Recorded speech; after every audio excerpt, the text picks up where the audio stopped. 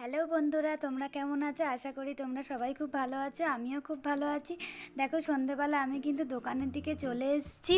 আর দেখো, রাস্তায় কিন্তু এখনও অন্ধকার অন্ধকার হয়নি বাইরেটা। আমি দেখতে দেখতে আমি কিন্তু দোকানের দিকে চলে এসেছি।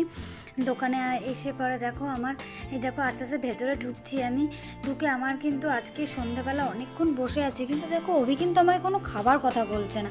আমার কিন্তু খুব জোর খিদা পেয়েছে। আমি কি করি বলো তো?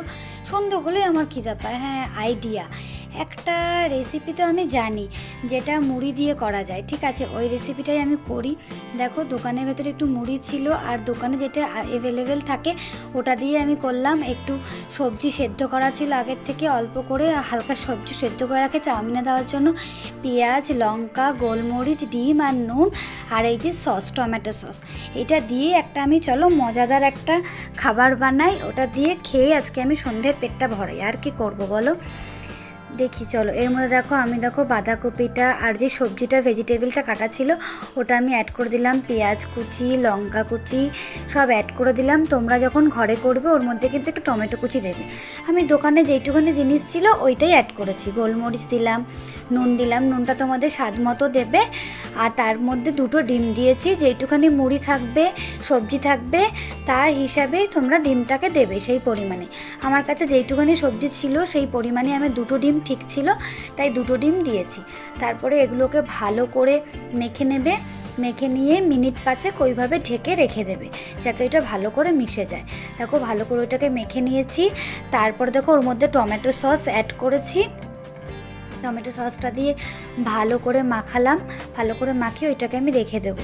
দেখো, বাচ্চারা তো মুড়ি খেতে চায় না, একদমই খেতে চায় না। সন্ধেবেলা যদি তোমরা ঘরে এরকমভাবে চটপট করে যদি একটা ওদের খাবার বানিয়ে দাও, ওদের কিন্তু খেতে মজাও লাগবে আর কিন্তু খাবে। আর ওদের সবজিটাও তার সাথে খাওয়া হয়ে যাবে। তোমরা যদি বাঁধাকপিটাকে স্কিপ করতে চাও তো স্কিপ করতে পারো, ওর সঙ্গে অন্য কোনো সবজিও তোমরা দিতে পারো। আমার দোকানে যেটুখানি সবজি ছিল সেইটুকুনি দিয়ে আমি বানালাম, যেহেতু আমার খুব জোর খিদে পেয়েছিল। আর এই তাওয়াটাকে কালো দেখে কিন্তু তোমরা কিছু ভেবো না, যেহেতু দোকানের তাওয়া অনেকটাই বড় হয়, রোজই এটাকে মাঝে, কিন্তু এটা পুরনো হয়ে গেছে, তাওয়াটাকে আমাদের চেঞ্জ করতে হবে। এবার দেখো, ওইটা থেকে একটুখানি আমি তেল নিয়ে নিয়েছি। দেখলাম তেল অনেকটা বেশি হয়ে গেছে, উঠিয়ে আমি তাওয়ার মধ্যে অল্প তেল দিয়ে ওই মিশ্রণটাকে আমি ভালো করে ছড়িয়ে দেবো। একটা গোল পরোটার মতন শেপ দেবো ওইটাকে আমি। আর তোমরা এটাকে বাড়িতে করলে আরও ভালো হবে, কারণ দেখো দোকানে তো অত বড় মানে গ্যাসের ওভেনের আগুনটা থাকে, তারপর তাওয়াটাও বড় থাকে। দোকানে তোমরা মানে একদম লো মিডিয়ামে দিয়ে আস্তে আস্তে এটা করবে। এটা একদিক হয়ে গেছে, তারপর এটাকে উল্টে দিলাম। উল্টে দেখো, একদিকটা দেখেছো কীরকম হয়েছে, এরকম টাইপের অন্য দিকটাও হবে। একদম লো ফ্লেমে তোমরা এটাকে আস্তে আস্তে করবে। দেখো, তারপরে আমি এটাকে চারদিক করে কেটে নেবো। অনেকটা পিৎজার আকার দেওয়ার চেষ্টা করেছি, আদৌ এটা পিৎজা না, যেটা আমার মনে হলো আমি ওরকমভাবেই শেপটা দিই, যাতে খেতেও ভালো লাগে। তারপরে এটাকে ভালো করে ভাজা করে নিয়ে আমি প্লেটে সাজিয়ে নিয়েছি। ওর উপরে টমেটো সস আর সাথে স্যালাড নিয়েছি। স্যালাডটা তোমরা খেতেও পারো, নাও খেতে পারো। আমি স্যালাডটা দিয়ে পছন্দ করি, তাই একটু সস দিয়ে নিয়েছি উপরে। সসটা দিলে বেশ টেস্টি টেস্টি লাগে খেতে। আর তোমরা এটা বাড়িতে অবশ্যই বানিয়ে খাবে, আর আমাকে কমেন্ট করে জানাবে যে কেমন হয়েছে এটা খেতে। আর দেখো, বাচ্চাদের জন্য সত্যি এটা ভালো, বাচ্চা বড় সবাই খেতে পারে, কোনো অসুবিধা নেই। অল্প তেলেই হচ্ছে। ততক্ষণ আমরা এটা খেতে লাগি, আমি এই আরবি খেতে লাগি।